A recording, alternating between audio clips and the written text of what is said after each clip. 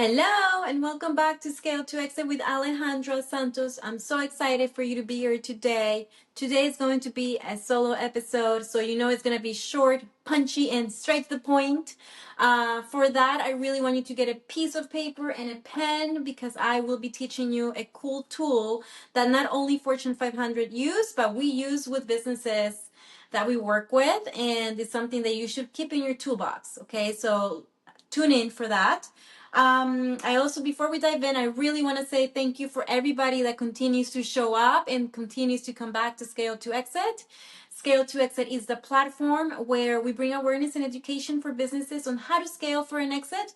If you want to exit, but if you do not want to exit or you don't think you're going to exit in the near future, that's fine, because scaling for an exit basically means giving yourself more freedom, more time, and being able to put the time and freedom into things that you love, like spending more with your family and doing the trips that you so like to do and creating other ventures. So Scale to Exit is here to give you those tools, those frameworks, those conversations, everything that you need for you to really scale for an exit and scale with more freedom, with more time, and a more sustainable and scalable, predictable business.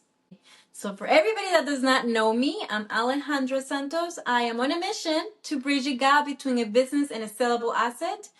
And because of that, I've created a few ventures that support me on that mission. We have Into the Next, we have Educated CEO, and we have Scale to Exit.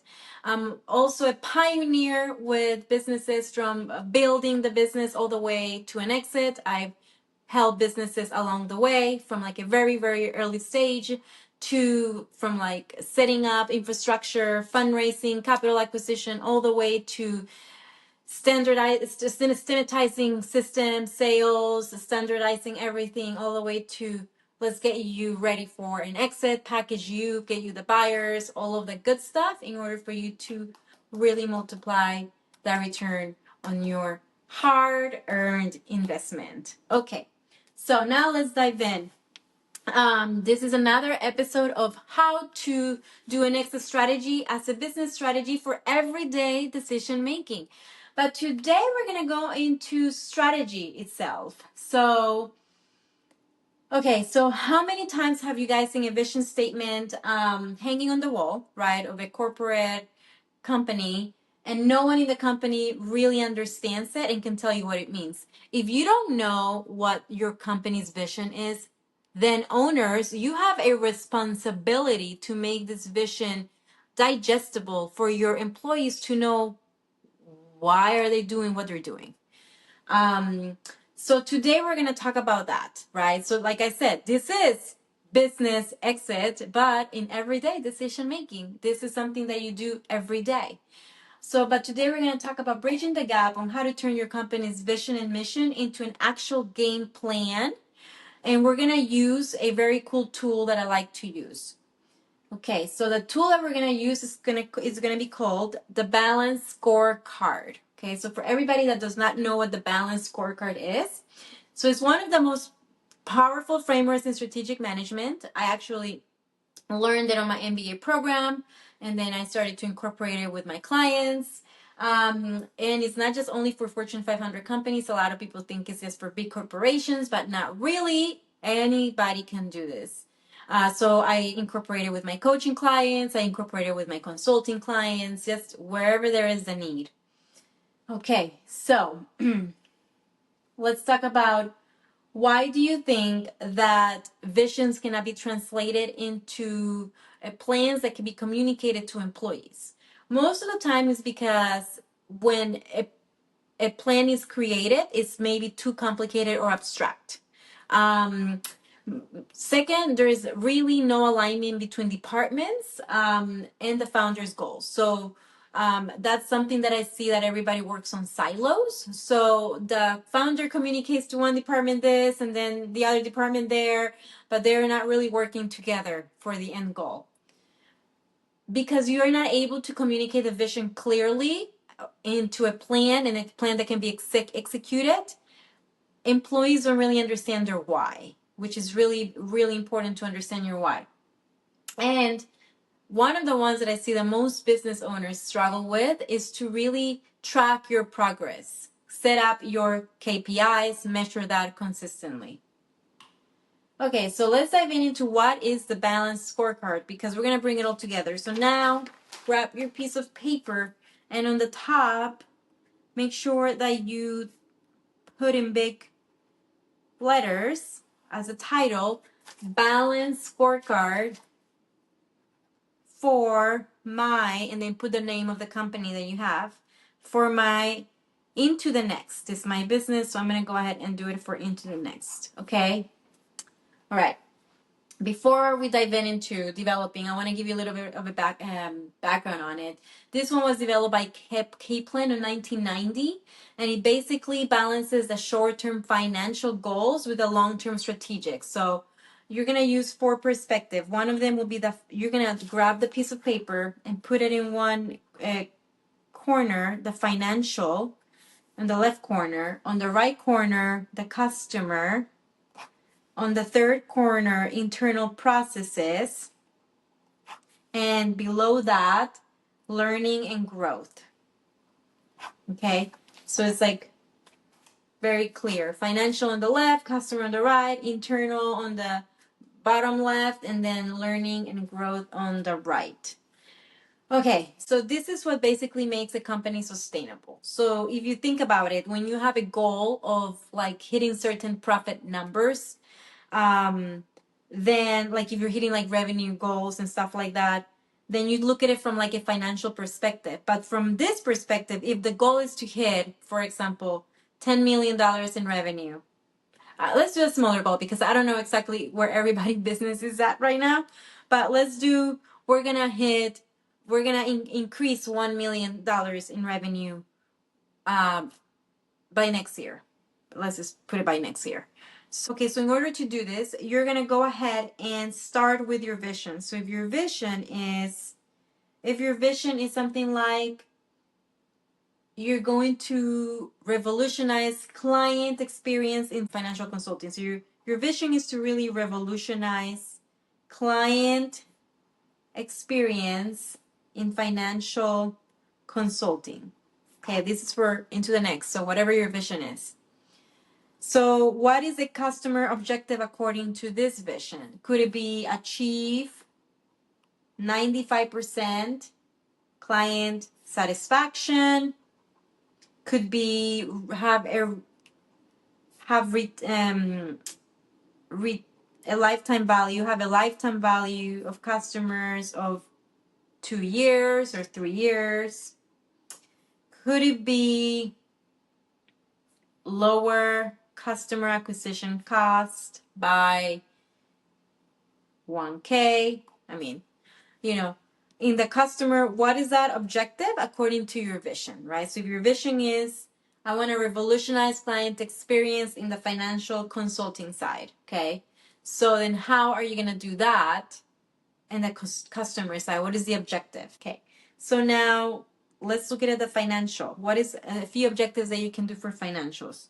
Well, I want to say that I want to add the 1 million per year, or grow revenue by 200x, or grow revenue by 25%, whatever makes sense for you, the capacity that you have to grow revenue by. Then we have also what is an objective for internal processes, right? So if the vision is to revolutionize client experience in the financial consulting, so what can be internal processes for that? Well, maybe internal process is to reduce. So one of the things that in the financial consulting, for businesses, processes that can be, can affect customer experience could be deliverables of financials can take a long time, or the communication can lag, or not enough of touch points. So think about the things in your industry or in your business that can become a problem for the customers. So the objective would be to really, reduce financial delivery, Sometimes, like for example, I include touch points with my clients at least one time, but if they want more, then obviously that's a different pricing strategy. So if they want more touch points, what kind of touch points do they want? Do they want emails and texts? We don't care. But if they want more meetings, that's a whole different story, right? So maybe become more communicative over email or text. So you get the idea, right? So you have the vision of my vision is to really revolutionize the client experience in the financial consulting. And then I'm breaking it down by objectives for the financial internal customers and the learning and growth. Okay, so how do you translate this strategy to employees? So one of the biggest mistakes that people and leaders do is assuming that people really understand the strategy. Just because you said it's like, we're going to revolutionize customer experience in the financial consulting. And they're like, oh, okay, well, I guess that means improving communication. That means, it could mean so many things, right? So you really have to make sure that it's very clear on what that means for the organization. And the way you can do that as well is by assigning KPIs. KPIs are really important, and a lot of business owners tend to skip on KPIs. So when it comes to KPIs, if we're looking back at the goals that we're developing, on the customer side, when I say, increase lifetime value by 2 years, so my KPI would be my lifetime value needs to increase by 2 years. Lower customer acquisition costs. So what KPIs am I doing for that? Increasing client satisfaction by 95%. Okay, so what measurements does that increase? Do we do an NPS score? What kind of tools do we develop to measure to that, right? Do we do surveys? Do we do weighted average on the surveys? Like, how do we come to that conclusion? And when you develop those KPIs, then you assign employees to own those KPIs, because that way people have more authority and they feel more empowered to create a change in the organization, in your company. Okay, so most of the times what happens is that when companies develop a strategy and they don't really create the objectives for each department, I would say for each function, then they don't know how their performance affects the other one, right? So I'm going to tell you a story about that. So I was just doing a Series A with this one client, and the strategy was to increase revenue. And unfortunately, I kept asking like, hey, what's going on? Like, how are you guys going to increase revenue? Like, I need to increase revenue by this much. Like, what is the behind the scenes? Like, are you doing more organic pushes? Are you doing advertisement spend? Are you doing influence? I need to know, because I'm in the finance seat and I need to be able to measure all of that, because obviously marketing does their things, and I like to measure what marketing does in my own way, right? Because I need to do a very blended measurement of everything. So marketing measures according to their activity spend, and I measure according to the whole organization measurement. So when I was in a silo, I have no idea what's going on with marketing, and I'm asking over there like, guys, come on, give me some data, come on. And then I came to realize that marketing was under the assumption that what the revenue goal was for, it was just more organic play. And what I was wanting to ask is like, can we push more, because we really need to show up for more revenue. So how are we doing that? Are we doing influencer marketing? Are we doing, what kind of campaigns are we focusing on? Are we doing TikToks? Like, that's what I was wondering. So that disconnect between marketing and finance can be very detrimental to the business, because if we don't know how performance is affecting the other one, then we're not really working towards one outcome together. So that's one of the scenarios that I can tell you. So when you create this balanced scorecard, you can do it with your COO. If you don't have one, guess what? We do offer those services, COO and CFO. So hello, wave at me. I'm actually offering a really good deal right now, but I don't want to promote it in the podcast. So if you ever want to reach out to me, you can find me on LinkedIn. But when you do the balanced scorecard, it's really clear for the founder and the CEO to understand how all the moving parts work together by assigning objectives and KPIs, and by really explaining to employees how their performance and the actions that they take in the objectives will align with executing the vision. So I want to leave you guys with all of that, because strategy is not about having meetings, it's not about talking about it. It's really about how do we communicate that strategy from the vision to employees, and how do we measure success, and how do we make everybody feel part of the growth.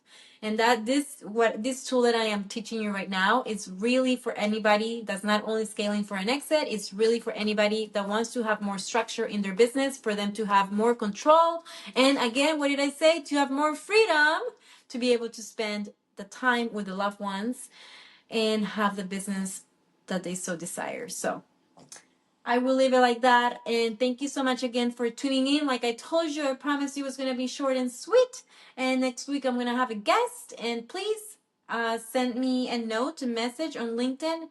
You can find me anywhere. LinkedIn, website, intothenext.com, thealejandra.com, Instagram, Facebook. Connect with me. I would love to hear from you. I would love to hear how we can help you, how we can help each other. If you want to have a cup of coffee, if you want to have a virtual cup of coffee, just, I'm here for it. So adios muchachos, hasta la vista, bye.